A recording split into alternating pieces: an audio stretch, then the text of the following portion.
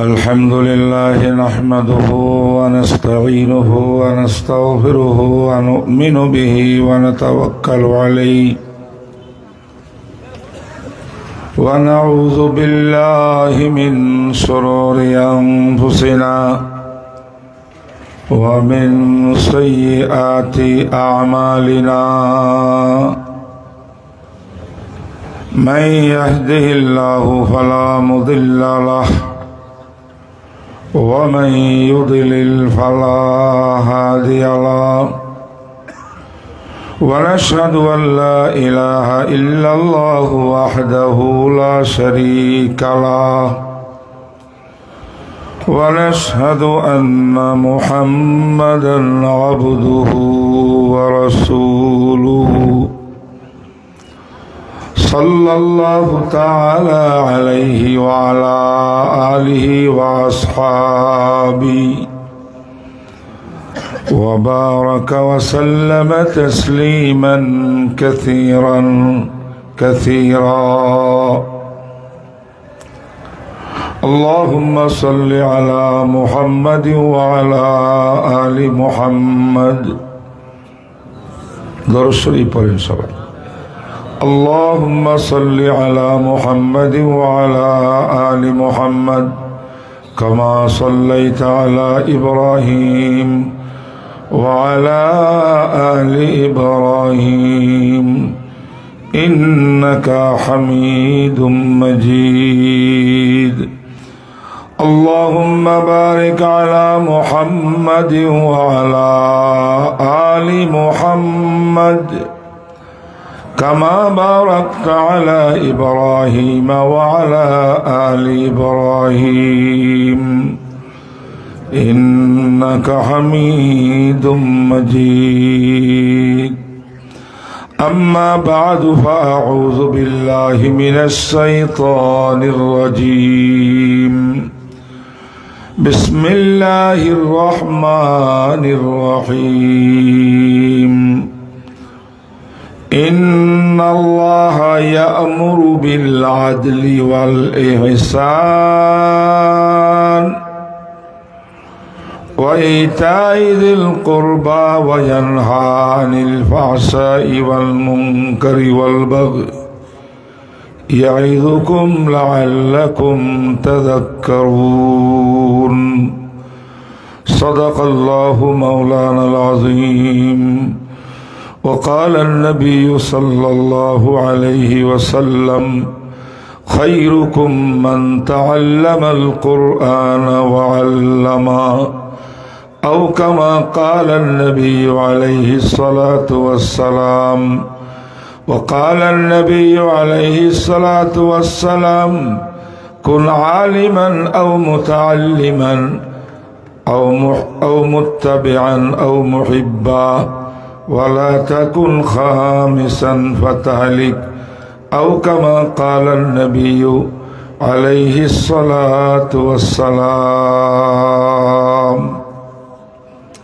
মাইকের আওয়াজ ঠিক করতে হবে তো তারা তো বুঝে না কোনো কিছু দেখো না মাইকে আওয়াজ হয় না খিলপাড়া তাফসীরুল কোরআন ফাউন্ডেশনের উদ্যোগে আয়োজিত আজকে 28 ডিসেম্বর 2025 সাল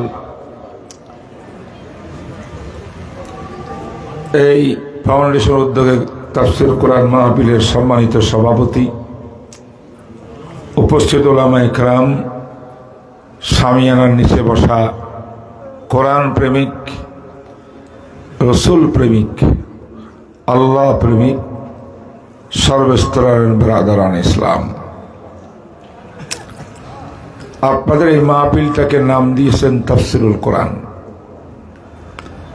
এবং সংগঠনের নাম হইল তাফসীরুল কোরআন ফাউন্ডেশন আল্লাহ কবুল ফরমাও জোরে বলেন সারা বাংলার মুসলমানরা যদি এভাবে তাফসীরুল কোরআনের ফাউন্ডেশন করে করে কোরআনের উপরে আলোচনা শুনি আর করি আর আমল করি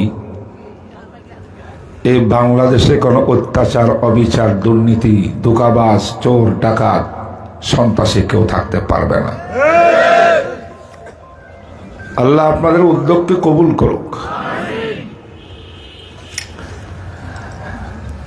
আমি আপনাদের কিছু বুঝার জন্য কয়েকটা কথা বলবো।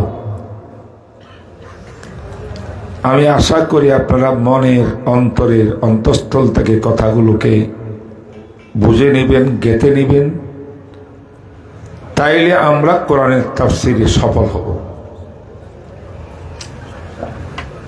প্রথমে জানতে হবে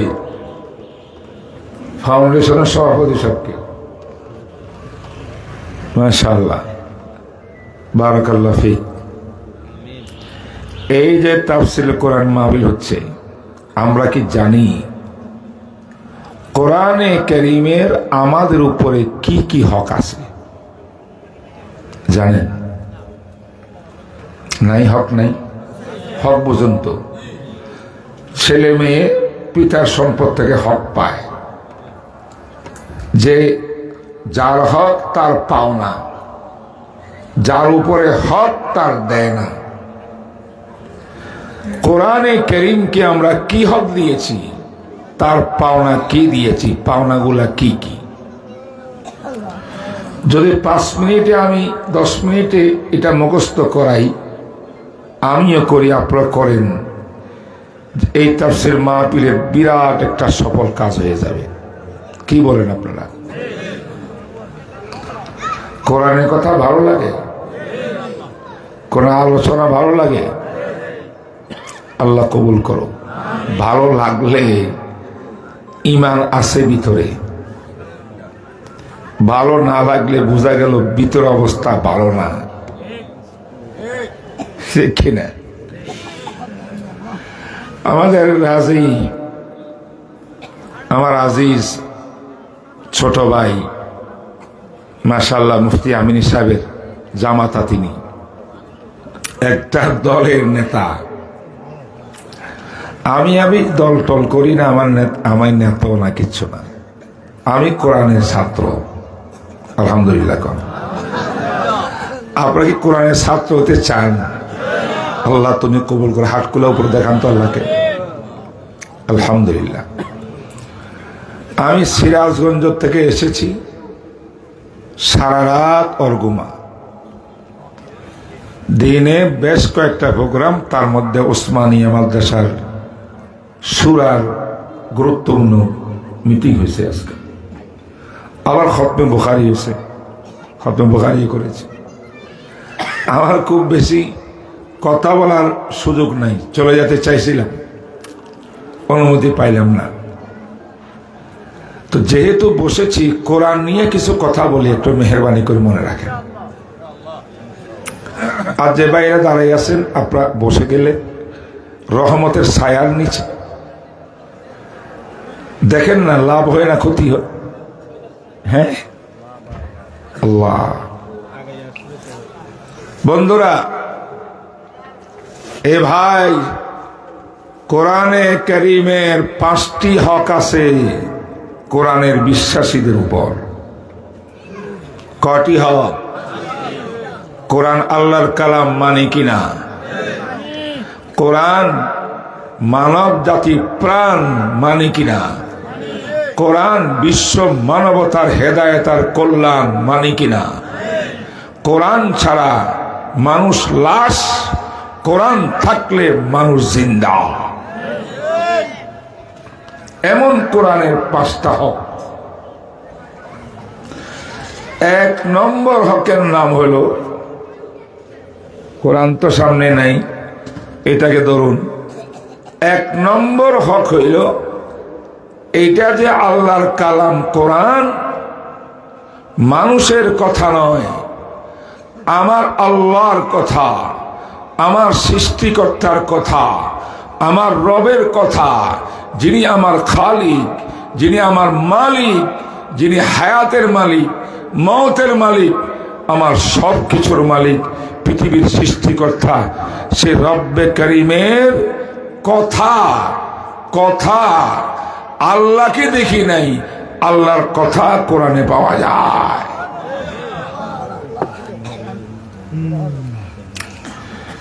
চিস্তে কোরআয় কালামে হকসিনাস, চিস্তে কোরআয় কালামে হকসিনাস, রোনামায়ে রব্বেনাস আমদ বিনাস।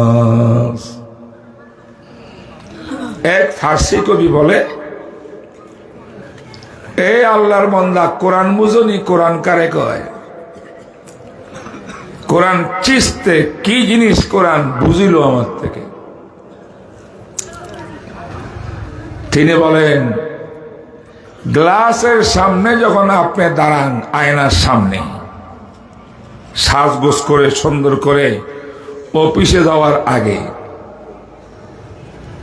তাহলে আপনি দুটা দেখেন, একটা বাইরের আপনি, একটা আয়নার ভিতরের আপনি।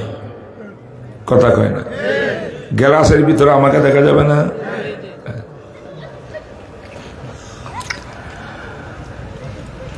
কবি বলেন, 30 পারা কোরআনের আয়াতে আয়াতে, অক্ষরে অক্ষরে, শব্দে শব্দ, সব আল্লাহ পাকের আয়না। কোরআনের আয়াতের মধ্যে গভীর ভাবে দেখলে আয়নাতে যেমন মানুষ দেখা যায়, কোরআনে কারীমের ভিতরে আমার আল্লাহকে দেখা যায়।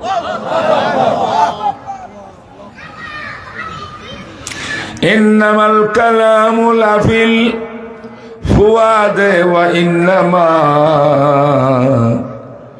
জুইলাল লিসানু আলাল ফুয়াদে দলিলা, জুইলাল লিসানু আলাল ফুয়াদে দলিলা। আমরা যখন কথা বলি, খেয়াল করবেন আমার কথা, আপনি যখন কথা বলবেন, মুখ দিয়ে কথা আসার আগে আগে অন্তরের ভিতরে একটা কথার ভাব সৃষ্টি হয় কিনা? অন্তরে কথার ভাব না থাকলে জীবনও মুখ দিয়ে কথা বলতে পারবেন না, ঠিক কিনা? কোরআন যদি আল্লাহর কালাম হয়, আমার কালাম যেমন আমার অন্তর সৃষ্টি হয়, মুখ দিয়ে বের হয়, আল্লাহর কালামও আল্লাহর কুদরতি অন্তরে সৃষ্টি হয়, কুদরতি জুবান দিয়া বের হয়। জিবরিল আমিন শুনে তার অর্ডার দিয়া বলে, নবীকে বলো, নবীর উপরে নাজিল হয়, কলবে নাজিল হয়, বিশ্ব নবীর জুবান দিয়ে কোরআন তেলাওয়াত হয়।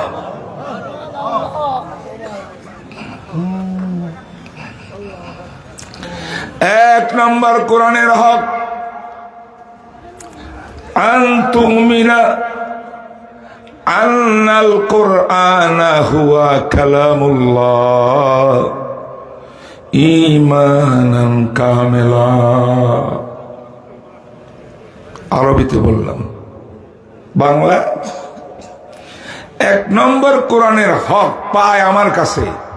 হে নবীর উম্মত, হে কোরআনের আশেকরা, হে কোরআন ওয়ালারা, কোরআনের দাবিদাররা, তোমার কলবার হৃদয়ের মধ্যে অন্তরে ভালো করি যাচাই বাছাই করি দেখো, তোমার দিলের ভিতরে এটা যে আল্লাহর কালাম, এটা ইয়াকিন আছে কিনা বলো। ঈমান আনা পরিপূর্ণ। বুঝেন না কথা? মুখের কথা না, বাসা না, মুখের জমা খরচ না। কোরআন আল্লাহর কালাম, খুব ভালো, সব হক, মুখে সব কিছু কই, দিলের মধ্যে কিন্তু কোরআনের হক্কানিয়ত ঈমান ঢুকে নেই। এই কারণে আমি যখন কাজ করতে যাই, কোরআন একদিকে দেখায়, আমি আমার অফিসে আরেক দেখায়, আমার মন আরেক দিকে যায়, কোরআন একদিকে যায়, তখন কোরআন বাদ দিয়া মন মতো চলি, কোরআন মতো আমার আমল হয় না। কেন? কলবের মধ্যে ঈমান পয়দা নাই। একটা চমৎকার হাদিস শোনাই এই কথাটা বোঝানোর জন্য, যে কোরআন আবার দিলের থেকে কিভাবে ইয়াকিন হয়। কোরআন যে আল্লাহর কালাম, বলবো নাকি? কষ্ট হইতেছে আপনাদের?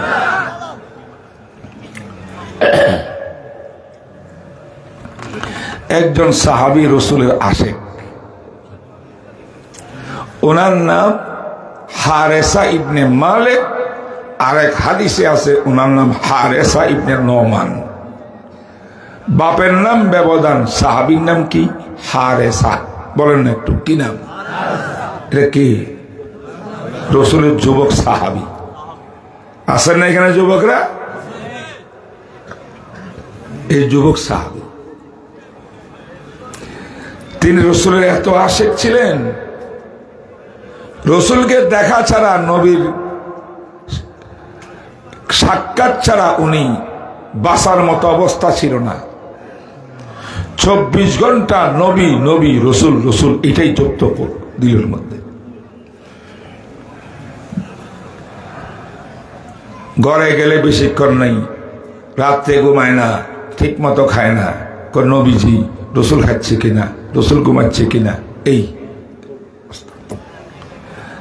সকাল বেলায় ঘরের মধ্যে আম্মা জান থাকেন, আম্মারও বড় আশেক, আরেকদিকে বিশ্বনবী মুহাম্মদুর রাসূলেরও বড় আশেক। সুবহানাল্লাহ।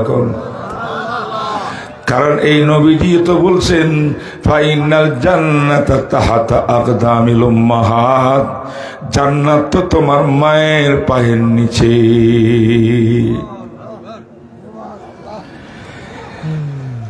সারাদিন নবীজির দরবারে বসে থাকেন, এশারের নামাজের পরে ছাদ করে চলে যান। মদিনার শহরতলির মধ্যে বাড়ি, আম্মা যান অপেক্ষা করতেছে আম্মার খেদমত।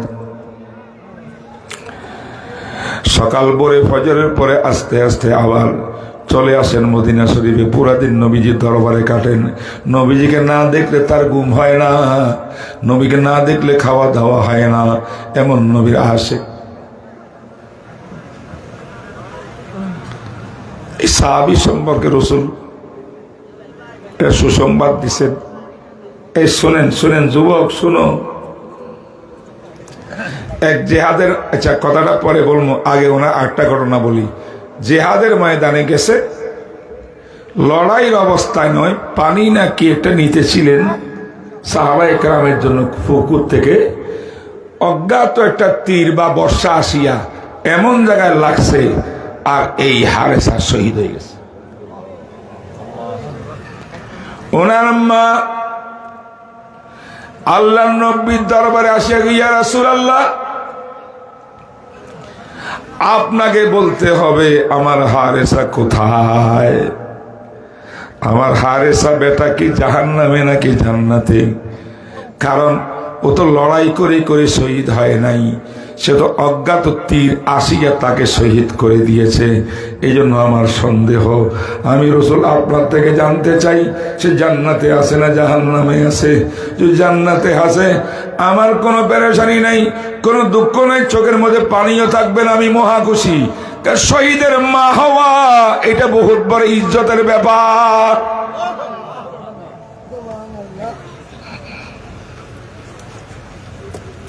আমার মন চায়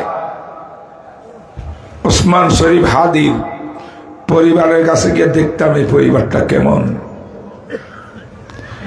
শহীদের পরিবার, তার বিবিকে কেউ দেখে নাই পর্যন্ত, আওয়াজ শুনে নাই, মিডিয়াতে আসে নাই। পাক্কা যদি একটা পর্দা নসীন নারী এই জমিনে দেখতে চাও, আমার পরিবার দেখিও না, মৌলবীর পরিবার দেখিও না, ওসমান হাদির ফ্যামিলি দেখো।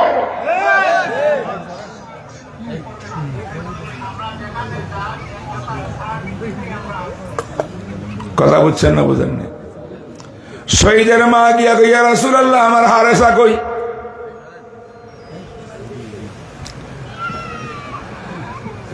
সে কি জান্নাতে যাবে নাকি? বিশ্বনবী মুহাম্মদুর রাসূলুল্লাহ বলেন, হে হারেসার মা, আমি নবীকে আল্লাহ পাক জানিয়েছেন তোমার বেটা হারেসা এক বেহেশতে আর এক জান্নাতে নয়, হুয়া ফি জান্নাহ। এক বেহেশতে না, সব বেহেশতের মধ্যে তোমার ছেলে ভ্রমণ করতেছে শহীদ। মা বলে হাসি হাসি কয়, রাসূল আমার জীবনের আর কোনো ব্যথা নাই, বেদনা নাই। আল্লাহ আমার ছেলে কবুল করেছে, এটাই আমি মহা খুশি। সুবহানাল্লাহ। এই হলো মা। যেমন তেমন মায়ের ঘরে শহীদ পয়দা হয় না, মাও আল্লাহওয়ালা হইতে হয়। আল্লাহওয়ালা মহিলার ঘরে আল্লাহওয়ালা মানুষ তৈয়ার হয়। এই জন্য আমার মা বোনদেরকে আল্লাহওয়ালা বানাইতে হবে, ইসলামী শিক্ষা শিক্ষিত করতে হবে, পর্দায় আনতে হবে। তখনই এই দেশে সন্তান হবে হাজির মতো সন্তান।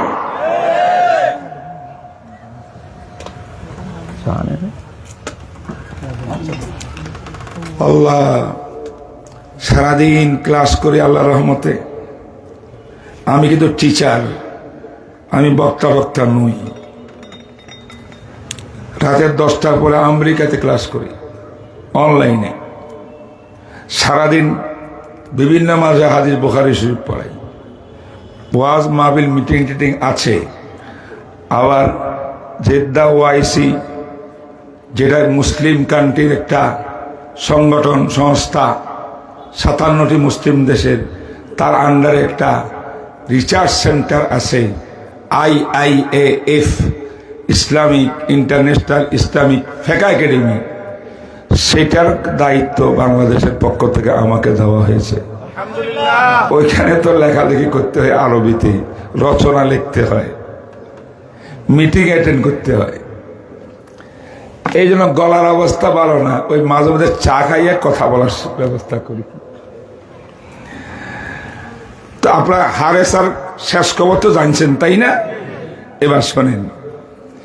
একদিন মায়ের ঘর থেকে তাড়াতাড়ি সকালে দৌড়ে দৌড়িয়ে আসতেছে আল্লাহ নবীকে দেখবে, কখন দেখবে নবীজির সামনে পড়বে যায়।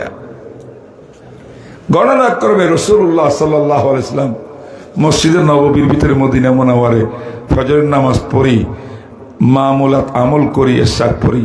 নবীজিও বের হয়েছেন মদিনার গলিতে। আল্লাহর নবী যখন মদিনার গলিতে বের হন, আল্লাহর কসম দ্বীনের দাওয়াত দেওয়ার জন্য বের হয়। দাওয়াতে দাওয়াত, ব্যায়ামে ব্যায়াম। আমরা আজকে ব্যায়াম করার জন্য কি মেহনত করি সকালে, ডায়াবেটিস রোগীরা, ওরে বাপরে বাপ কি অবস্থা। কিন্তু অবশ্যই এটা আপনার শরীরের জন্য খুবই দরকার। আমি পারি না, আমি অনেক রোগের রোগী হয়ে গেছি। যারা পারেন আল্লাহ বাসে এটা করবেন। হাঁটাহাঁটির মধ্যে বিরাট বড় চিকিৎসা আছে। 1000 ডাক্তারের ওষুধ একদিকে, সকালে হাঁটা আর একদিকে। আল্লাহ নবী হাঁটতেন, কিন্তু নবীজি ওনার মাথা আর কিছু নেই। লা ইলাহা ইল্লাল্লাহ, লা ইলাহা ইল্লাল্লাহ। হাঁটতে হাঁটতে একজন অমুসলিম পাইয়া গেল, ইহুদি পাইয়া গেল, মদিনার কোন বাসিন্দা পাইয়া গেল। যায়া বলল, হে আল্লাহর বান্দা, আমি আব্দুল্লাহ ছেলে মুহাম্মদুর রাসূলুল্লাহ, আমি মক্কা থেকে হিজরত করি মদিনায় আসছি, তোমার কাছে এসেছি আমি সকাল সকাল। আমি আসিয়া তোমাকে বলতে চাই, মান রাব্বুকা। কবরের মধ্যে গেলে 3টা প্রশ্ন হবে, হাসর ময়দানে 5টা প্রশ্ন হবে। তোমার সৃষ্টিকর্তাকে তোমার মানতে হবে। সৃষ্টিকর্তাকে মানতে হলে তার পদ্ধতি তরিকা আছে। এই জন্য আমি বলতে আছি, ইয়া আইয়ুহান নাস কুলু লা ইলাহা ইল্লাল্লাহ। এই দাওয়াত দিতেন। আমার দেশের দাওয়াত তাবলীগের বন্ধুদেরকে চিনেননি আপনারা? আসেননি এখানে কেউ? হ্যাঁ, এই আল্লাহর বান্দাদের অবদান বিশাল। এই নবীওয়ালা কাজ করতে আসে, দোকানে চা খাইতে বসে, ওই চা পানি খাওয়ার মধ্যে কয়, ভাই আপনি চিল্লা গেছিলেন নি কোনোদিন? হ্যাঁ, আবার কথা কথায় চলেন না 3 দিনের জন্য যাই, আমি জমা যাবো মুখখানে। হের কথাই শুধু তাবলীগ। কেন? মাথায় হলো তাবলীগ। আমার নবীর মাথায় ঈমান আর তাওহীদ, তাই মাথায় কথা হবে তাওহীদের, ঈমানের। তাই যেখানে যাইতেন, হাঁটতে যাইতেন, লা ইলাহা ইল্লাল্লাহ তাওহীদের দাওয়া।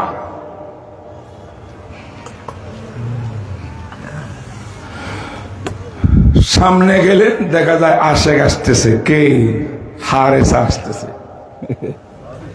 হারেসা নবীকে দেখতে আসতেছে, নবীজি ওদিকে যাইতেছে দাওয়াতে, হারেসা দেখতেছে।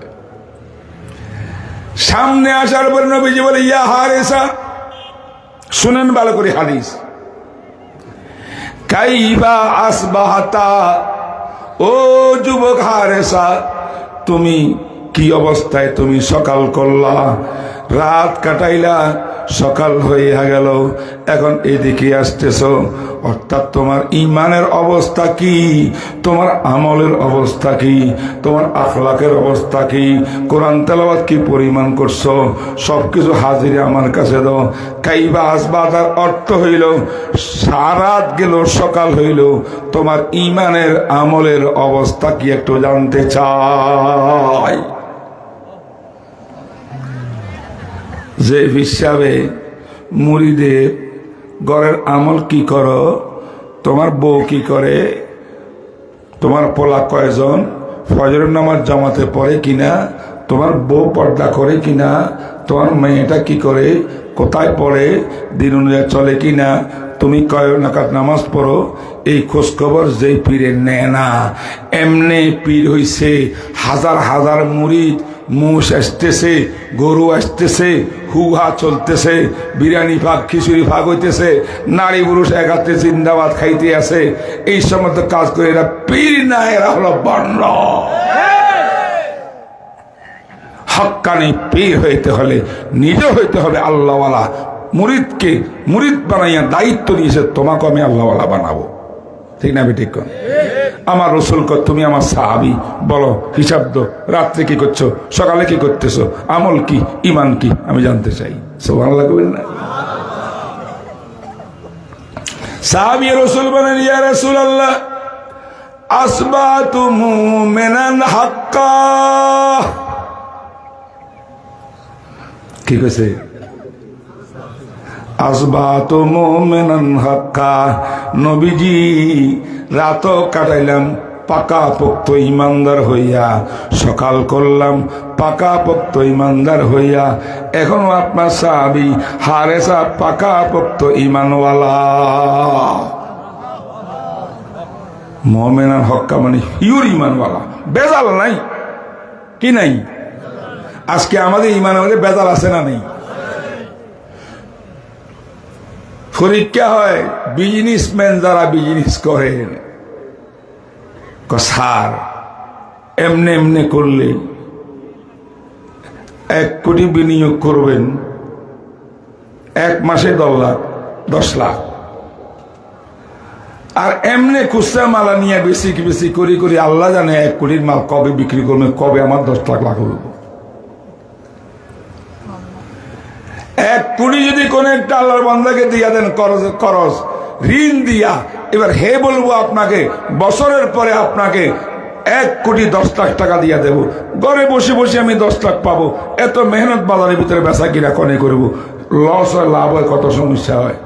বসে ঘর ঠিকই তো আসস, কষ্ট আর ভালো লাগে না, যা এরা ডাকিয়ান ডকুমেন্ট কর, টাকা নিয়ে দেয়, টাকা দিয়া দে, 10 লাখ দিলে হইব। কি ভাই মজা নেই? হ্যাঁ, বিজনেস মজা নেই, এটা কথা কর না। আর ইমানে কি করে? আহাল্লাল্লাহুল বাইয়া ওয়া হারামার রিবা। আল্লাহ পাক বলেন money to money, money to money, টাকা দিয়া টাকা আনা, বেশি টাকা আনা, এটার নাম সুদ। টাকা দিয়া পণ্য খরিদ করো, পণ্য বিক্রি করিয়া টাকা পকেটে ঢুকাও, লাভ পকেট ঢুকাও, এটার নাম ব্যবসা। আল্লাহ পাক ব্যবসাকে হালাল করেছেন, সুদের কারবারকে করেছেন হারাম। দেখেন না আপনার ইমানে কেমন লাগে, কোনটা ভালো লাগে? একদিকে কোরআন হাদিসের বিধান রাখেন, আর যে মনের সমাজের যা কিছু প্রচলিত এগুলো রাখেন, দেখবেন আপনার মন খালি আরে সবাই করে, চলো আমিও একটু করি, অসুবিধা কি আছে? আরে আপনি মুসলমান, আপনি ইমানদার, ইমান যদি পাক্কা হয় কোরআন হাদিসের বাইরে 1 কদমও আপনি দিতে পারেন না।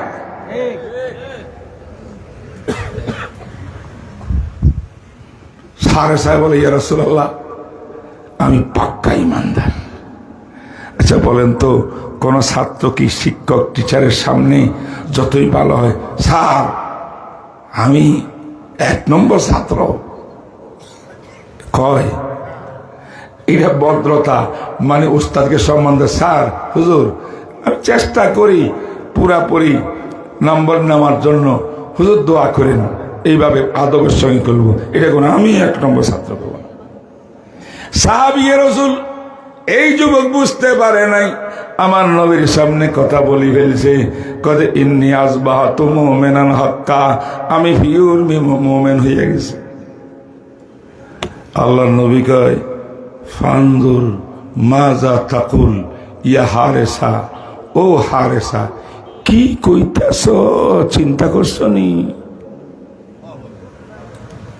আরে কি কইলা, মাথা ঠিক আছে নি? আমি যদি কইতাম মাথা ঠিক আছে নি, কি কও আমার সামনে? সাহাবী রাসূলকে যখন আল্লাহর নবী বললেন, ফানজুর মাজা তাকুল ইন্না লিকুল্লি শাইইন হাকিকাতুন ওয়া মা হাকিকাতু ঈমানিকা, হারে সারে কথা বুঝিয়ে রাখিও। এই কথা আপনাদেরকে আমি শোনাবার উদ্দেশ্যে হাদিসটা লম্বা টেনে আনছি। আল্লাহর নবী বলেন, লিকুল্লি শাইইন হাকিকাতুন ওয়া মা হাকিকাতু ঈমানি, প্রত্যেকটি ইবাদতের একটা মাহাত্ম্য আছে আর একটা বাহ্যিক রূপ আছে। নামাজের মধ্যে আমি নামাজ পড়ি, মসজিদের ভিতরে এসে নামাজ পড়লাম, নামাজের একটা বাহ্যিক রূপরেখা আছে না নাই? কিয়াম দাঁড়াইছেন, রুকুতে গেছেন, আবার উঠছেন, সিজদায় গেছেন, আবার উঠছেন, কেরাত পড়তেছেন, এটা নামাজ, বাহ্যিক সুরত, বাহ্যিক সুরত। আরেকটা নামাজ কি জানেন? ভিতরে কলবের রূহানিয়তের নামাজ। জিবরিল আলাইহিস সালাম জিজ্ঞাসা করে, ওগো মুহাম্মদ রাসূলুল্লাহ, আমি জানতে চাই ঈমান কারে কয়? নবীজি বলেন, ঈমানের এই সংজ্ঞা। আচ্ছা হুজুর, ইসলাম কারে কয়? ইসলাম এই এই এই জিনিসগুলো কয়। হুজুর, আমি আখের জানতে চাই, এহসান কাকে বলে? এহসান মানে পরিপূর্ণ ঈমান। ইসলাম পরিপূর্ণ হইলে, ফিউর হইলে একটা ঈমানি শক্তি আসে, একটা মজা আসে কলের ভিতরে, তার নাম এহসান। এটা কি জিনিস? আল্লাহ নবী বলেন, আনতা আবুদাল্লাহা কাআন্নাকা তারা ফাইন লাম তাকুন তারাহু ফাইন্নাহু ইয়ারাক। আল্লাহর ইবাদত এমন করে করো যেমন তোমার অন্তর চোখ দিয়ে তুমি আল্লাহকে দেখতে পাও। যদি আল্লাহকে দেখতে পাওয়ার মতো ঈমানিয়ত শক্তি না থাকে, কমপক্ষে এমন ঈমান তৈরি করো, তুমি চোখে না দেখলেও আল্লাহ তোমার দিকে তাকিয়ে আছে সর্বক্ষণই। এই জিনিসটা তোমার দিলের মধ্যে আসেনি ক? যদি আসে, তোমার ঈমান পাকা, তোমার নামাজ পাকা। এটা নামাজের রুহানি শক্তি, ওটা বাহ্যিক শক্তি। অতএব আল্লাহর নবী হারেসাকে জিজ্ঞাসা করে, হারেসারে, লিকুল্লি শাইইন হাকিকা, প্রত্যেক ইবাদত বন্দেগী, আকীদা, বিশ্বাস সবকিছুর একটা বাস্তবতা আছে, একটা রুহানিয়ত আছে, আর একটা বাহ্যিক সুরত আছে। আমি জিজ্ঞাসা করতে চাই, মা হাকিকাতু ঈমানিক, যে পিওর ঈমানদার হওয়ার দাবি করেছ, তোমার এই ঈমানের হাকিকতটা কি, মাহাত্ম্য কি? এই সাহাবী যে জবাবটা দিছে, এই জবাবটা আজকে মুখস্থ করবেন, তা আমার আর আপনার ঈমানও ইনশাআল্লাহ পাকাপোক্ত হয়ে যাবে। সুবহানাল্লাহ কবেন না? সাহাবী বুঝতে পারছে, আমি তো বড় দাবি করি ফেলছি নবীজির সামনে। এবার কই, ইয়া রাসূলুল্লাহ, কথা তো বলে ফেলছি, ভুল শুদ্ধ যাই হয়েছে হয়েছে, আমার ঈমানের অবস্থাটা আপনাকে বলি, এবার আপনি বলিয়েন আমার ঈমান ফিউর না বেজাল। কথা কয় না? এটা সুন্দর কথা না? আমি এটা দাবি করবো আমার ঈমান ফিউর, এটা বলবো না, আমি দুর্বলতাও বলবো না, আমি একটা আমার অবস্থাটা বলি ঈমানের। ঈমানের কারণে আমার অবস্থা কি সৃষ্টি হয়েছে এইটা আপনি দেখেন, আমি বলি, এরপরে আপনি সিদ্ধান্ত দিয়েন। আল্লাহর নবীকে বলো। 3টা কথা কইছে সাহাবী। কয়টা কথা? 3টা আমলের কথা বলছে, 3টা হালাত অবস্থার কথা বলছে। পুরস্কার, আমল 3টা, পুরস্কারও 3টা। সুবহানাল্লাহ কইবেন না? কথাগুলো কি দরকারি না বেদরকারি? আমার আর আপনার দরকার, আমি তো মনে করি আমার দরকারে খুব আসবে, আপনার দরকারে আসবে না? সাহাবী রাসূল বলেন, ইয়া রাসূলুল্লাহ, আযাবতু নাফসি আনিদ দুনিয়া, আপনার সামনে সাক্ষী রাখি আপনাকে বলতেছি, আমার জীবনের অবস্থা হইল দুনিয়া, সম্পদ, অর্থ, পদ, গাড়ি, বাড়ি, নারী, যাহা আছে দুনিয়ার মধ্যে, কোন দুনিয়ার একটি সম্পদ দেখে আমার সামান্যটুকু আকর্ষণ নাই। আমার কলবের আকর্ষণ হলো আমার আল্লাহর রাসূল। কথা বুঝছেন? এই একটা আমল। রাসূল বলছেন তালিবুহা আল দুনিয়া ডিভা তালিবুহা কেলাব।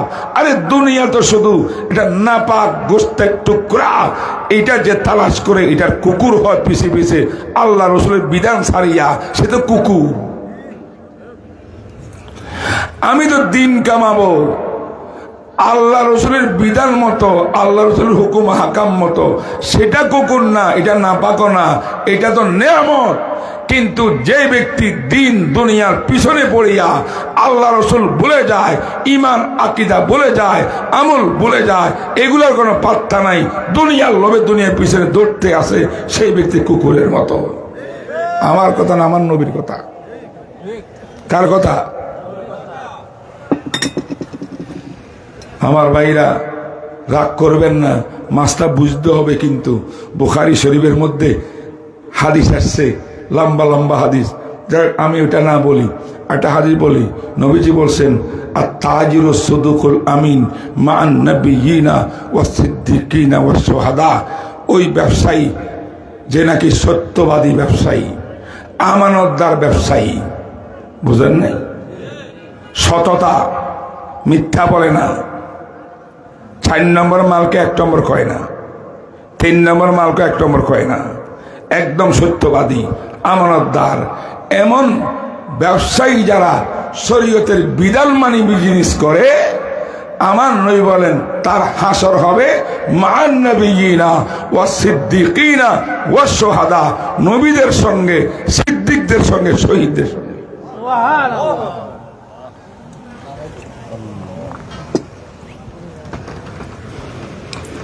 আবার আরেকটা হাদিস আছে, আত-তুজ্জারু ইউশারুনা ইয়াউমাল কিয়ামাতি ফুজ্জারা। ও বিজনেসম্যানগণ, ও ব্যবসায়ী ভাইরা, আরেকটা বিপরীত হাদিস। বিশ্বনবী মুহাম্মদ রাসূলুল্লাহ বলেন আত-তুজ্জার ইউশারু ইয়াউমাল কিয়ামাতি ফুজ্জারা। তাজিদের কিয়ামত হবে, হাসর নসর হবে ফুজ্জারের সঙ্গে, নমরুদের সঙ্গে, ফেরাউনের সঙ্গে। নাউযুবিল্লাহি মিন যালিক বলেন। নবীজি লাস্টে কয় ইল্লা মানিত্তাকা ওয়া বাররা ওয়া সাদাকা। 3টা গুণ যারা আছে তাদের ব্যাপারটা স্বতন্ত্র। যে ব্যক্তি আল্লাহকে ভয় করে এবং সততার সঙ্গে চলে, নেক কাজ করে, এমন ব্যবসায়ীর কিন্তু হাসর ফেরাউনের সঙ্গে হবে না, ফুজ্জারের সঙ্গে হবে না, এদের হাসর হবে সিদ্দিকিন আর আম্বিয়ায়ের সাথে। বলছিলাম পাক্কা ইমানদার হওয়ার জন্য 1 নম্বর আমল কোনটা? দুনিয়ার কুকুর না হওয়া, দুনিয়ার পিছনে লালায়িত না হওয়া। এটা বলি নাই দুনিয়া লাগবে না, দুনিয়া লাগবে, দুনিয়া আসবেও, কিন্তু আল্লাহ রসুলের হককে পিছনে দিয়া দুনিয়াকে সামনে দিবেন না। দুনিয়া থাকবে পিছনে, আল্লাহ রসুলের বিধান থাকবে সামনে। কথা ক্লিয়ার? ফাইদা কুদিয়াতিস সালাতু ফান্তাজিরু ফিল আরদি ওয়াবতাগু মিন ফাদলিল্লাহ ওয়াযকুরুল্লাহা কাসীরান লাআল্লাকুম তুফলিহুন।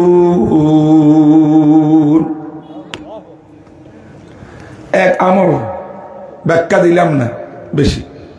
2 নম্বর আমল, নবী সাহাবী বলেন হুজুর এই ইমানকে পাকাপোক্ত করার কারণে আমি রোজা রাখতে মজা পাই, খাওয়া দাওয়া এত বেশি লোভনীয় নয়। আমি সারা দিন রোজা রাখি, প্রত্যেক দিন রোজা প্রত্যেক দিন রোজা, মাঝে মধ্যে রোজা ভাঙ্গিয়ে খাওয়া দাওয়া করি, প্রায় দিন আমি রোজা। দিনের মধ্যে রোজা রাখা, পিপাসিত থাকা, বলে যালিকা আসমাতু নাহারি, এটা আমার 2 নম্বর আমল।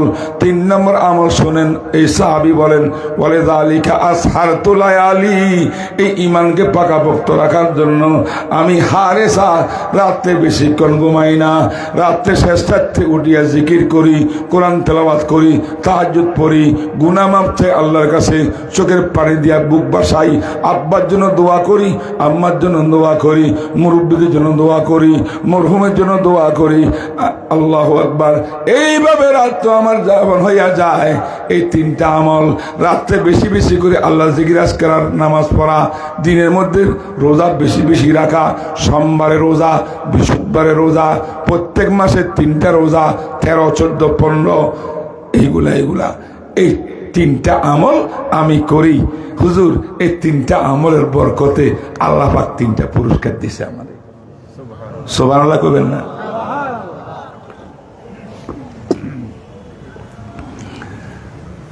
আল্লাহ নবী জিজ্ঞাসা করলেন, কি পুরস্কার দিছে তোমাকে?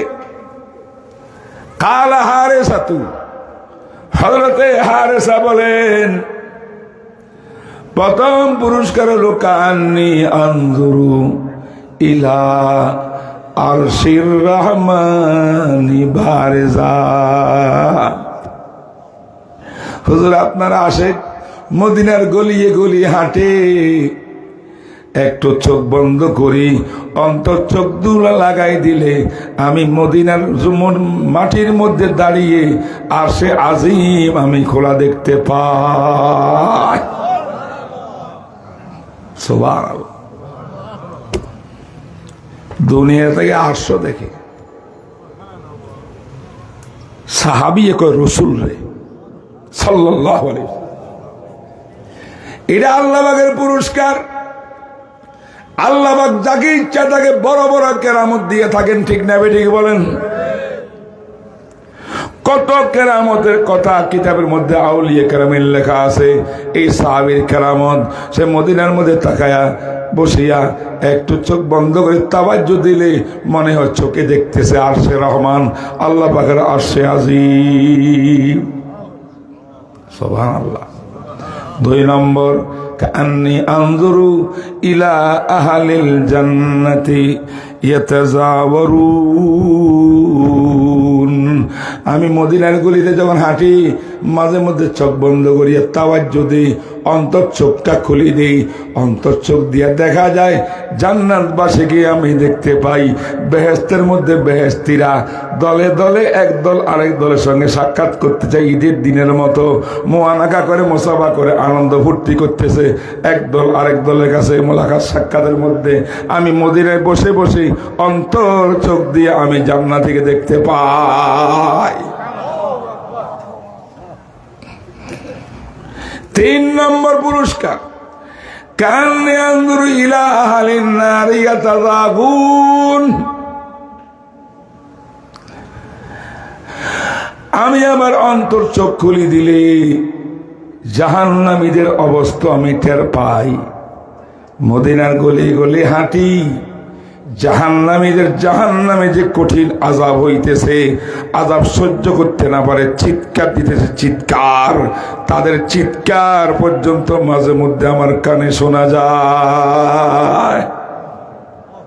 কয়টা পুরস্কার? আমল কয়টা? ওয়াজ বেশি লাগেনি। আমল কয়টা? বলেন, দুনিয়ার কুকুর হব না, দিন আমার আগে, দুনিয়া আমার পরে, ঠিক না বেটি? কোরআনে বলছে, কোরআনে ইযা নুদিয়া লিস-সালাতি মিন ইয়াউমিল জুমআহ ফাসআউ ইলা যিকরিল্লাহ। মাইকে আযান, আল্লাহু আকবার, আল্লাহু আকবার। ও আল্লাহর বান্দারা, তোমার আসল এই কাজ, ওয়ামা খালাকতুল জিন্না ওয়াল ইনসা ইল্লা লিয়াবুদুন, আল্লাহর গোলামি করার জন্য তোমাকে সৃষ্টি করা হয়েছে। সৃষ্টিকর্তা আওয়াজ দিছে, মুয়াজ্জিন যাও নামাজ পড়ো। কোরআন নামাজ পড়া হয়েছে, নামাজ কালাম শেষ করি আল্লাহ পাক ফাইদা কুদিয়াতিস সালাত, আল্লাহর হক আল্লাহকে দিছো নি? কই দিয়েছি, ঠিক মতো নামাজ পড়ছি, সব ঠিকঠাক করছি জুমার দিনে। এবার আল্লাহ কয় ফাইদা কদিয়াতিস সালাত ফান্তাশিরু ফিল আরদি, এদিক সেদিক ছড়িয়ে পড়ো, মালটাল নিয়ে দোকানে বসে যাও, রোডে বসে যাও, ব্যবসায় বসে যাও, ঢাকা চলে যাও, চট্টগ্রামে চলে যাও, বিজনেস করো, বিজনেস করো। কারণ এই বিজনেসে তোমাকে আজান থেকে বিরত রাখতে পারবে না। আগে তোমার আজান, আগে তোমার নামাজ, আগে তোমার পর্দা, আগে তোমার হালাল, আগে তোমার ইজ্জত, আগে তোমার সম্মান, আল্লাহ আল্লাহর গোলামি, আগে তোমার নবীর সুন্নত, তারপরে আমার বিজনেস।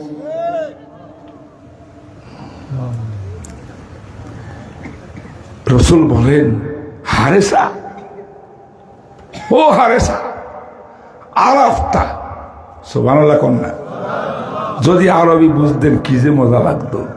আরাফতা, আরাফতা, আরাফতা, ফালজাম, ফালজাম, ফালজাম। তুমি আল্লাহকে চিনি ফেলছো, আল্লাহকে পেয়ে গেছো হারেসা, তুমি আল্লাহর নিকটত্ব হয়ে গেছো। ইমানের এই স্পিরিটকে ধরে রাখো, ইমানের স্পিরিটকে ধরে রাখো। এমন ইমানের স্পিরিট দিয়া বিশ্ব পৃথিবীকে বিজয় করতে পারবা। সাগাউদ্দিন রাজির বক্তৃতা, আমাদের মামুন সাহেবের বক্তৃতা আরো গরম। কত বক্তা আছে, আমিও একজন, আমিও গরম কম না। যত চিৎকার করি ভাই ইসলামের বিজয় আসবে না যতক্ষণ পর্যন্ত আমি আর আপনি আগে আমার নিজের ঈমান পাক্কা করতে না পারবো। কথাটা কি বুঝছেন না বুঝেন? খোদার কসম হবে না, সাহাবাওয়ালা ঈমান আনতে হবে। একবার নারে তাকবীরের আওয়াজ দিবেন, সারা বাংলাদেশ ইসলাম কায়েম হয়ে যাবে। কোরআনের উপরে ঈমান নেই আমার এখন। এক নম্বর কোরআন হক, ঈমান, কোরআন আল্লাহর কালাম, বিশ্বাস করেন। তো রাত বেশি হয়ে গেছে, আপনাদের কষ্ট হইতেছে তাই না? কোরআনের উপরে ঈমানটা আমাদের এক বুজুর্গ কেমন ছিল একটা ঘটনা বলবো। ভারতের দারুল দেওবন্দ শুনছেন না নাম? দেওবন্দের পূর্বপুরুষ হযরত শাহ আব্দুল আজিজ মুহাদ্দিস দেহলভী রহমতুল্লাহ আলাইহি, সম্ভবত আমাদের রাজি সাহেব একটু আগে বলতেছিল এগুলো, যার ফতোয়ায় ভারত উপমহাদেশে আগ্রাসী শক্তি ইংরেজ লাল কুত্তার সঙ্গে ভারতের মুসলমান জিহাদ করেছে, তিনি শাহ আব্দুল আজিজ। ফতোয়া ছাড়া জিহাদ হয়নি, কাহিনী অনেক লম্বা। এই জন্য ফতোয়াকে অবজ্ঞা করবেন না। অনেকে নাচকিতে ফতোয়া কি হবে, কিসের মূর্তি? হ্যাঁ, কিসের মূর্তি? শাহ আব্দুল আজিজের ফতোয়া না হইলে ভারতের জিহাদ হইত না ইংরেজের বিরুদ্ধে। আর ইংরেজ বিরুদ্ধে জিহাদ না করা হইলে ভারত স্বাধীন হইত না। ভারত স্বাধীন না হইলে পাকিস্তান স্বাধীন হইত না। পাকিস্তান স্বাধীন না হইলে ৭১ সালে বাংলাদেশ স্বাধীন হইত না। উলামায়ে কেরামের ফতোয়া, ঐক্যবদ্ধ সিদ্ধান্ত জাতির মেরুদণ্ড। এক জাতিকে পরিবর্তন করতে পারে উলামায়ে কেরামের সিদ্ধান্ত।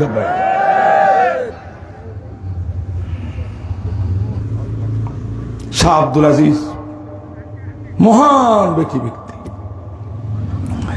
দিল্লি শাহী মসজিদে গেছেন কিনা কেউ? আপনার দিল্লি জামি মসজিদ আছে বিশাল, ৬০,০০০ মানুষ।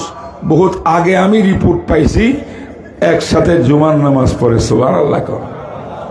মোদি জালেমের দেশে একটা মসজিদে ৬০,০০০ মুসলমান, এটা আগের কথা। বর্তমানে ১,০০,০০০ উপরে মুসলমান। আমি নামাজ পড়ছি সেখানে, দিল্লি লাল কিল্লার পাশে, লাল কিল্লা, কুতুব মিনার। সেখানে জুমার নামাজের দিন ইমাম সাহেব নামাজের সালাম ফিরাইছে, লোকজন আস্তে আস্তে বের হইতেছে। ওই চৌরাস্তার ভিতরে এক জেন্টলম্যান দাঁড়াইছে, প্যান্ট শার্ট টাই, দাড়ি মোছ কিচ্ছু নাই, জেন্টলম্যান দাঁড়াইয়া লোকজন গায়ে, ভাই দাঁড়াও দাঁড়াও দাঁড়াও, থামো। আমার কথা আছে একটা তোমাদের সঙ্গে। এই দাঁড়াইতে দাঁড়াইতে প্রায় 1000 মানুষের মতো হয়ে গেছে। মুসল্লি তো স্রোত বাইর হইতেছে, অনেকে দাঁড়ায় না, কাজকর্ম আছে, দোকান খুলবো, অনেকগুলো দাঁড়ায় গেছে। দীর্ঘক্ষণ পরেও বলল, তোমাদেরকে দাঁড় করাইছি, ডোন্ট মাইন্ড, কষ্ট নিবা না, মাইন্ড করবা না, আমি একজন খ্রিস্টান,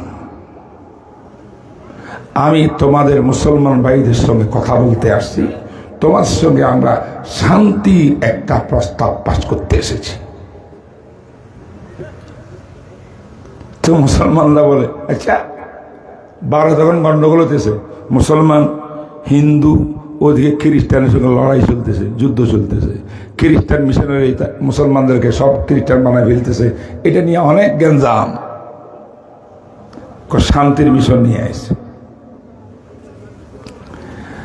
তো মুসলমানরা দাঁড়িয়ে বলো কি কি প্রস্তাব, কথা কি, কথা কি। আরো লোক হয়েছে, আরো লোক হয়েছে, এই আস্তাতে লেট করতেছে। অনেক লোক হওয়ার পরে সে বলে, এই যে চৌরাস্তা আমি দাঁড়াইছি, এর সামনে নিচে শুকনা কাঠ আমি একত্রিত করি আনছি, আমার লোকের দ্বারাই নিয়ে আসি, এখানে দেখো। আমি এই শুকনা কাঠের ভিতরে পেট্রোল দিয়ে আগুন ধরাবো। বুঝেন, শুকনা কাঠে পেট্রোল দিয়ে আগুন লাগাইলে আগুনটা কেমন জ্বলবো। যখন আগুন জ্বলতে জ্বলতে লাফ দিয়ে নিয়ে আগুনের লিলিহান উপর দিকে উঠবে, ঠিক সেই মুহূর্তে তোমরা মুসলমানরা যে কোরআনের প্রতি এত বিশ্বাস করো, কোরআনটা নিয়ে আগুনের মধ্যে নিক্ষেপ করো। আমি আমার এই ইঞ্জিলকে, খ্রিস্টান ধর্মের মহাগ্রন্থ ইঞ্জিল, বাইবেল, নিউ টেস্টামেন্ট যেটাকে বলে, এটাকে আমি আগুন নিক্ষেপ করব। এরপরে দেখতে চাই আগুন কি করে। আগুন যদি দুইটাকে জ্বালাই দেয়, পোড়াই দেয়, তো বুঝতে দুই ধর্মই বাতিল। যদি আগুন ইঞ্জিলকে জ্বালাই দেয়, কোরআনকে অক্ষুণ্ণ রাখে, বোঝা গেল ইসলাম হক। আর উল্টাটা হলো খ্রিস্টান হক, ইসলাম বাতিল। কেন আমরা মারামারি করব? কেন এত কিছু মিটিং সিটিং, আন্দোলন ফান্দোলন? আল্লাহর তরফ থেকে একটা সিদ্ধান্তের ফয়সালা আসছে, আগুনের মাধ্যমে আমরা সিদ্ধান্ত নিতে চাই, ইসলাম হক, কোরআন হক নাকি ইঞ্জিল হক। কথাটা কি বুঝে আসতেছে? এবার লোকজনের তো কথাটা শুনছে, বড় সুন্দর লাগতেছে, কিন্তু চ্যালেঞ্জ গ্রহণ করার মতো তো এখানে কেউ নাই। কারণ সব মুসলমানরা আমার আপনার দুর্বল ইমানদার না, সবল। এই চ্যালেঞ্জ কেমনে করব? আল্লাহ না করুক, আগুনে কোরআন ফেলাইলাম, যদি চলে যায় সর্বনাশ। যদি যদি মানে ইমান কম, ইমান নেই, কোরআন উপরে ইমান নেই। লম্বা চূড়া কাহিনী। সর্বশেষ দুইজন যুবক আলেম সবার পরে বেরোছে মসজিদ থেকে। এরা আসি দেখেছে এই তামাশা চলতেছে, এখানে খ্রিস্টান তো চ্যালেঞ্জ করে বসছে ইসলামের বিরুদ্ধে এই ঘটনা। এরকম ইন্নারিল্লা, এই বিরাট ষড়যন্ত্র ইসলামের বিরুদ্ধে, কোরআনের বিরুদ্ধে। অবশ্যই চ্যালেঞ্জ গ্রহণ করবো আমরা, ইমান মজবুত আছে। কিন্তু এই জন্য তালেব ইলম মাদ্রাসার ছাত্রদেরকে অবহেলা করিয়েন না। অনেক সময় মাদ্রাসার আলেমরা, ছাত্ররা, এদের ভিতরে ইমানের আগুন আছে, ঠিক না বেটি? অনেক আন্দোলনে ছাত্ররা কামিয়াব হয়েছে, বুড়ারা পারে না। দরজাওয়ানি শিব তওবা করদন শিওয়ায়ে पैगंबरीस वक्त पीरी गुरगे जालिम मिसावत परहेजगार। আল্লাহর কাছে স্বভাব যুবক বেশি পছন্দ আল্লাহর কাছে। তো এবার কিন্তু এই দুইজন ইমান তো পাকা মজবুত, কিন্তু মনের ভিতরে প্রশ্ন একটা আসছে। প্রশ্ন হইল, আচ্ছা, আস্তে একটা সুন্দর একটা কোরআন শরীফ এটা পড়া যায়, এই কোরআনটাকে কি এমনি আগুনে নিক্ষেপ করলে কোরআনের অবমাননা হবে না? কি করেন? জোরে করেন একটু। চ্যালেঞ্জ তো গ্রহণ করবো, রেডি। কিন্তু এটা কেমন চ্যালেঞ্জ? আগুনে কেমনে কোরআন শরীফ নিক্ষেপ করবো? এবার আমাদের তো মুফতি সাহেবের দরকার আসে না, মুফতিদের চিন্তা করলে আমাদের বড় হুজুর আছে মাদ্রাসায় রহিমিয়া, পাশের মাদ্রাসায়, বেশি দূরে না কিন্তু, শাহ আব্দুল আজিজ মুহাদ্দিস দেহলভী, যার ফতোয়ায় ভারত স্বাধীন হয়েছে। শাহ সাহেবের কাছে চলে গেলেন দুই জওয়ান। ওনার কামরার ভিতরে রুমের মধ্যে ঢুকে দেখে আল্লাহু আকবার, জুমার নামাজের পরে মানুষ তখন কাইলুলা করে, খাওয়া দাওয়া করে, আরাম করে, এই বুড়া মিয়া শেখুল হাদিস মাদ্রাসায় রহিমিয়ার বালিশ একটার উপরে আরেকটা, দুই তিনটা বালিশ দিয়ে বালিশের উপরে বুখারী শরীফটা রেখে নিজের শরীরটাকে পুরাপুরি বুখারী হাদিসের দিকে ঝুঁকায়া বড় আদবের সঙ্গে বিশ্ব নবীর হাদিস পাঠ করতেছে। এই জন্য মাঝে মধ্যে আমি বলি, বন্ধুরা, ওরে আলেম কি জিনিস বুঝলি না, মাদ্রাসা কি জিনিস অনেকে বুঝলি না।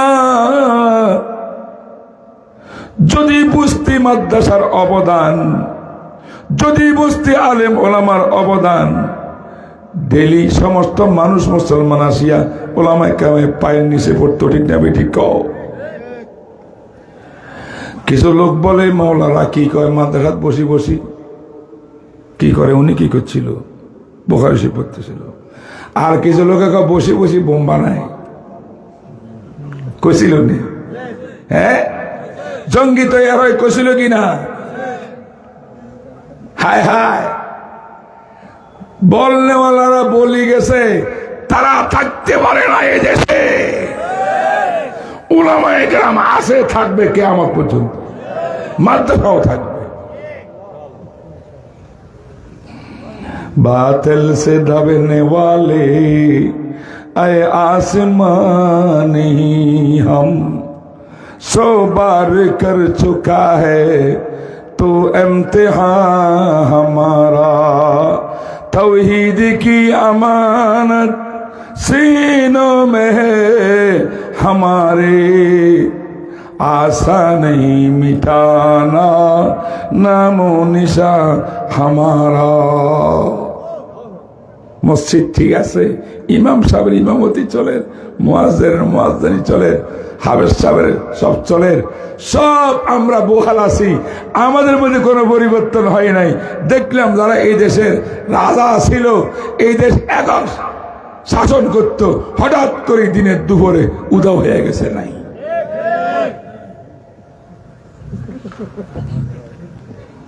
ঠিক না বেটি?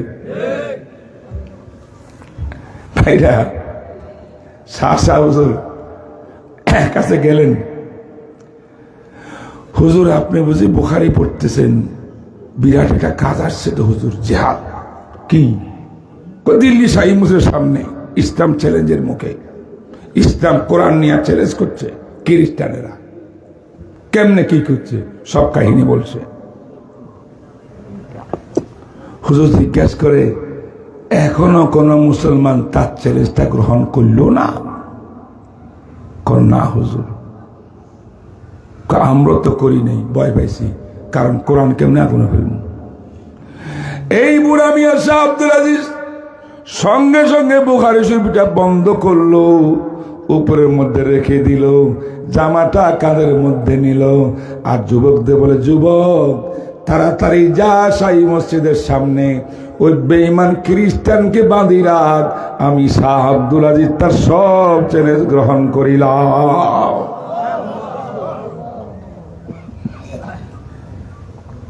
হুজুর গেছে পিছনে, হাজার হাজার মানুষ। হযরতকে দেখি তো ভারত মহাদেশে এত বড় বিখ্যাত আলেম দুনিয়া তৈরি হয়নি তখনকার।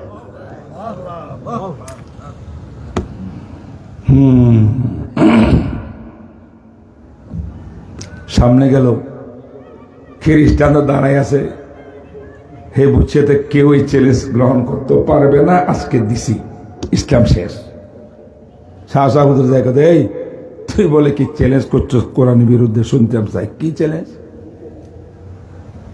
হুজুর চ্যালেঞ্জ আর কিছু না, এই যে ভারতে এত গেঞ্জাম, আমি এই একটা প্রস্তাব নিয়ে আসছি, আগুনের মাধ্যমে ফয়সালা হবে। কোরআন যদি হক হয় আমরা সবাই কোরআনওয়ালা হয়ে যাব, কোনো বিরোধ করব না। ইঞ্জিল গায়েব এই দেশ থেকে, সব কিছু মেশিন বাতিল, কোনো মিশনারি থাকবে না। আর ইঞ্জিল যদি হক হয় কেন আপনারা আমাদেরকে মানবেন না? এই হুজুর আচ্ছা যদি নাকি চ্যালেঞ্জটা এইভাবে তোর সামনে কৈশোর সামনে গ্রহণ করি, তোর আকীদা কি, বিশ্বাস কি? কয় হুজুর এটা বলবো, বলো। কয় আমার ইঞ্জিল আল্লাহ তাআলার পক্ষ থেকে এসেছে, আসমানি কিতাব, রুহুল কুদুস ঈসু মসিহের উপরে, এটা আল্লাহর কালাম। কোরআন আগুন টাচ করতে পারবে না। কোরআন শরীফ তো মুহাম্মদের লেখা। নাউজুবিল্লাহ, মুহাম্মদের লেখা। وَإِنَّهُ لَتَنزِيلُ رَبِّ الْعَالَمِينَ نَزَلَ بِهِ الرُّوحُ الْأَمِينُ عَلَى قَلْبِكَ لِتَكُونَ مِنَ الْمُنذِرِينَ بِلِسَانٍ عَرَبِيٍّ مُبِينٍ। তো এটা বলার সাথে সাথে এত ইমানের স্পিরিট বাড়ছে, হুজুরের ইমানে আগুন ধরে গেছে। কি বলি, কোরআন জ্বালাই দিবে? তোর বিশ্বাস? আমি শাহ আব্দুল আজিজের ইমান কোরআনের উপরে এই পরিমাণ, কোরআন জ্বালাবে আগুনের দূরের কথা, একটা আমার পশম জ্বালাইতে পারবে না।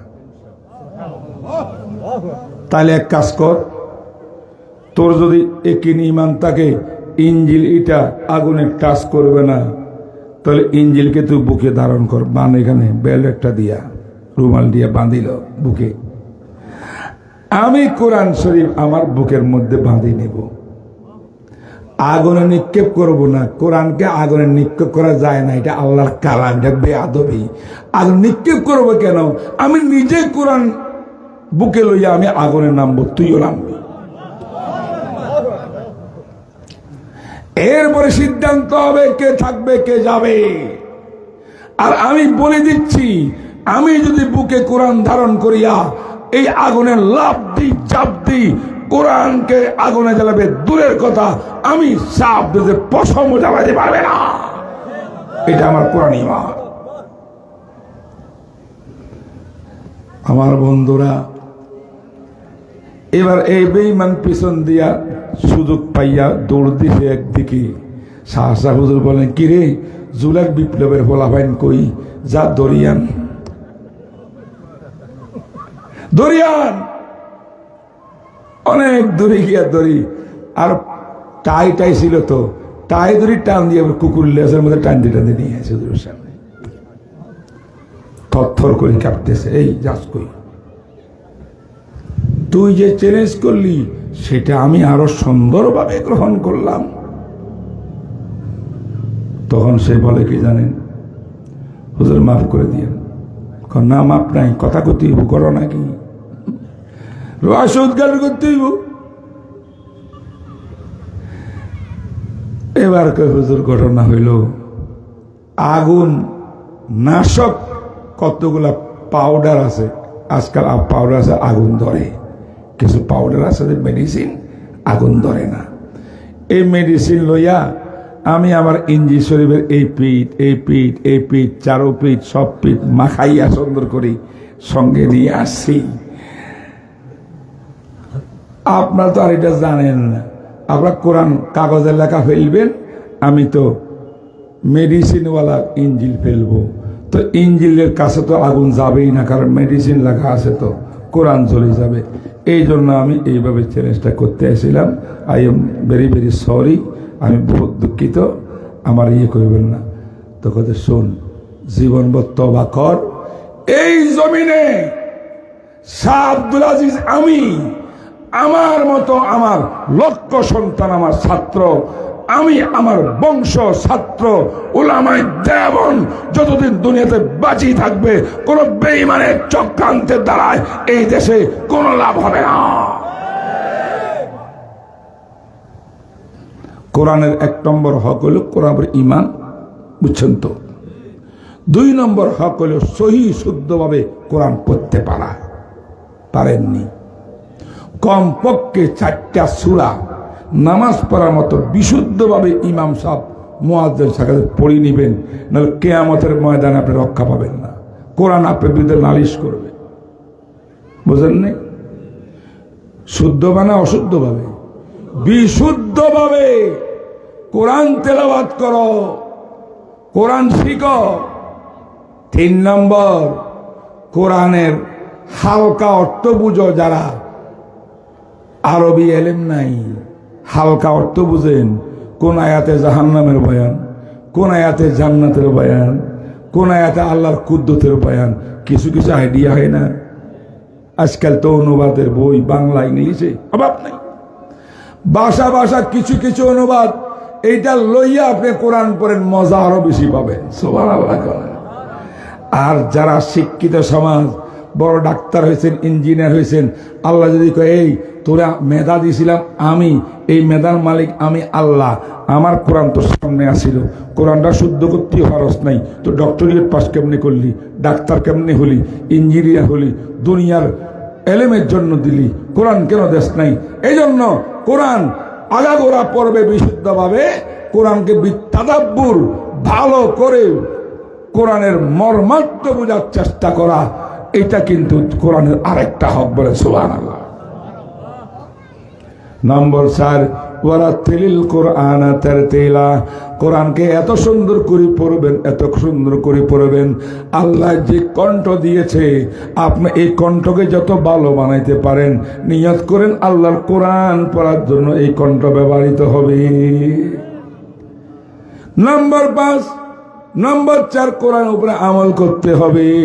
কোরআন কোন তাবিজ তুরমান দেওয়ার জন্য দুনিয়াতে আসে নাই। কোরআন বিজায় বিজায় পানি খাওয়ার জন্য আসে নাই। কোরআন এসেছে আল্লাহর বিধিবিধান জানার জন্য, আল্লাহর বিধান উপরে আমল করার জন্য। 30 পারা কোরআন যদি আমার জীবনে বাস্তবায়ন হয়ে যায়, আমি হয়ে যাব কোরআনওয়ালা। সুবহানাল্লাহ ওয়া বিহামদিহি বলেন। এটা হলো 4 নম্বর। 5 নম্বর হইল কোরআনের এই শিক্ষাটা বিস্তার লাভ করতে হবে। কোরআনের বড় আলেম হাফেজ হইয়া কবরে চলে গেলে হবে না। এই কোরআনকে প্রচার করতে হবে মাদ্রাসার মাধ্যমে, তাফসীর মাহফিলের মাধ্যমে। ঠিক না বেঠিক? কটা হয়? আজকে এই পর্যন্ত ওয়াজ শেষ। অনেক কথাবার্তা বললাম, আপনার বেজার হইতেছেন। আমি একে চিনেন না, জানেন না, নামও শুনে নেই মনে হয়, চেহারা দেখছেননি কোনোদিন, না তাও দেখেন নাই, আল্লাহ ভালো জানে। বন্ধুরা, যারা চিনে তারা চিনে। কতলে আমার কাছে যোগ্যতা কোনো কিছু নেই, কিছু পড়াশোনা করি, ওই দেখে এগুলো আসি আপনাকে বলি, নিজের কাছে কোনো যোগ্যতা নাই। দোয়া করেন আল্লাহ পাক আমাদের সবাইকে যখন এলেমওয়ালা কোরআনওয়ালা বানিয়ে দেন, কোরআন আর এলেমের উপরে আমল করিয়া আল্লাহ পাক যেন জান্নাতি হওয়ার তৌফিক দান করেন। আমার ভাইরা,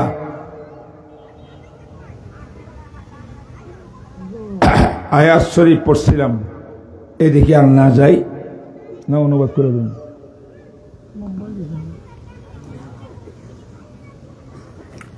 ইন্নাল্লাহা ইয়া'মুরু বিল আদলি ওয়াল ইহসান। সূরা নাহালের 90 নম্বর আয়াত। কোন সূরা? নাহাল, আয়াত নম্বর 90। আল্লাহ বলেন, ইন্নাল্লাহা, নিঃসন্দেহে আল্লাহ, ইয়া'মুরু, নির্দেশ দিচ্ছে সবাইকে। কিসের নির্দেশ? বিল আদলি, ইনসাফ কায়েম করো সর্বক্ষেত্রে।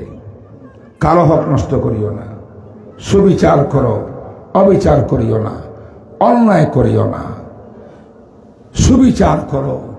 বাপের হক বাপকে দাও, মায়ের হক মাকে দাও, সন্তানের হক সন্তানকে দাও, স্ত্রীর হক স্ত্রীকে দাও, হে স্ত্রী স্বামীর হক স্বামীকে দাও। এটা পরিবার। সমাজের হক দাও সমাজপতিকে, রাষ্ট্রের হক দাও রাষ্ট্রপতিকে। রাষ্ট্রপতির দায়িত্ব জনগণের হক আদায় করো। কারো উপর বেইনসাফি করিও না, জুলুম করিও না, অত্যাচার করি না, বৈষম্য করা যাবে না। পুরা আদল ইনসাফ দিয়া এই পৃথিবীকে সাজানোর জন্য আমার আল্লাহ নির্দেশ দিয়েছেন বলে সুবহানাল্লাহ। বলে এহসান 2 নম্বর কোশ্চেন, এই নরম হইয়া যাও, বন্ধুত্ব, মানুষ হলে বন্ধুত্ব করো, শত্রুতা করিও না, ঝগড়া বিরোধ করিও না, বন্ধু হইয়া যায় সবাই সবাই একে অপরকে অনুগ্রহ করো, নরম হও, ভালো আচর ব্যবহার করো। 2 3 নম্বর ওয়াইতাইদিল করবা, আত্মীয়তার বন্ধন রক্ষা করো, আত্মীয়তার বন্ধন রক্ষা করো। আত্মীয়তার বন্ধন কিন্তু অনেক মুফতি হিসাবে রক্ষা করে না, কেউ তা করেন না কেন? এই লেজটা আত্মীয়তার রোগ। আল্লাহ নবী বলছেন, আল্লাহ বলছে হাজির করছে, যে ব্যক্তি আত্মীয়তার বন্ধন রক্ষা করে আমি আল্লাহ তার সঙ্গে আমি মুহাব্বতের সম্পর্ক রক্ষা করি। যে আত্মীয়তা ভঙ্গ করে আমি আল্লাহ তার সঙ্গে কেটাপ করে দিই। এই 3টা কাজ করণীয়। 3টা কাজ কি? ইনসাফ, এহসান, অনুগ্রহ, আত্মীয়তার বন্ধন। 3টা কাজ বর্জনীয় চিরকাল। ফাহশা, অশ্লীল কাজ করব না জীবনেও, অশ্লীল গান শুনবো না, অশ্লীল ছবি দেখব না, আমার সমাজে অশ্লীলতা কেউ কোথাও দিব না। ওয়াল মুনকার, কোরআন হাদিসে যা নাজায়েজ হারাম করেছে, গুনার কাজ, নিষিদ্ধ কাজ করব না। ওয়াল বাগি, জুলুম করব না, জুলুম করব না, জুলুম করব না। এই 3টা হইল বর্জনীয়, 3টা অর্জনীয়। 6টা জিনিস দিলে বাংলাদেশটা জান্নাতি দেশ হয়ে যাবে, আমার আপনার ঘরটা জান্নাতি ঘর হয়ে যাবে। এই আয়াতের অর্থ আমি এখানে সামান্য বলে দিলাম। আল্লাহ পাক আমাকে আপনাকে যা কিছু বললাম তবে আমল করার তৌফিক দান করুক। অনেক দুঃখের সবর, অনেক কষ্ট করে এসেছি। যদি আপনারা দোয়া করেন আল্লাহ 2-4টা কথা আমার কবুল করে, এটা আমার সবচেয়ে বড় পুঁজি। এটা আমার জন্য, আপনার জন্য ইনশাআল্লাহ নাজাতের ব্যবস্থা করে দেবেন ইনশাআল্লাহ। দরুদ শরীফ পড়ে আল্লাহুম্মা সাল্লি আলা মুহাম্মদ ওয়া আলা আলি মুহাম্মদ কামা সাল্লাইতা আলা ইব্রাহিম ওয়া আলা আলি ইব্রাহিম ইন্নাকা হামিদুম মাজিদ। আল্লাহুম্মা বারিক আলা মুহাম্মদ ওয়া আলা আলি মুহাম্মদ কামা বারাকতা আলা ইব্রাহিম ওয়া আলা আলি ইব্রাহিম ইন্নাকা হামিদুম মাজিদ। রব্বানা যালামনা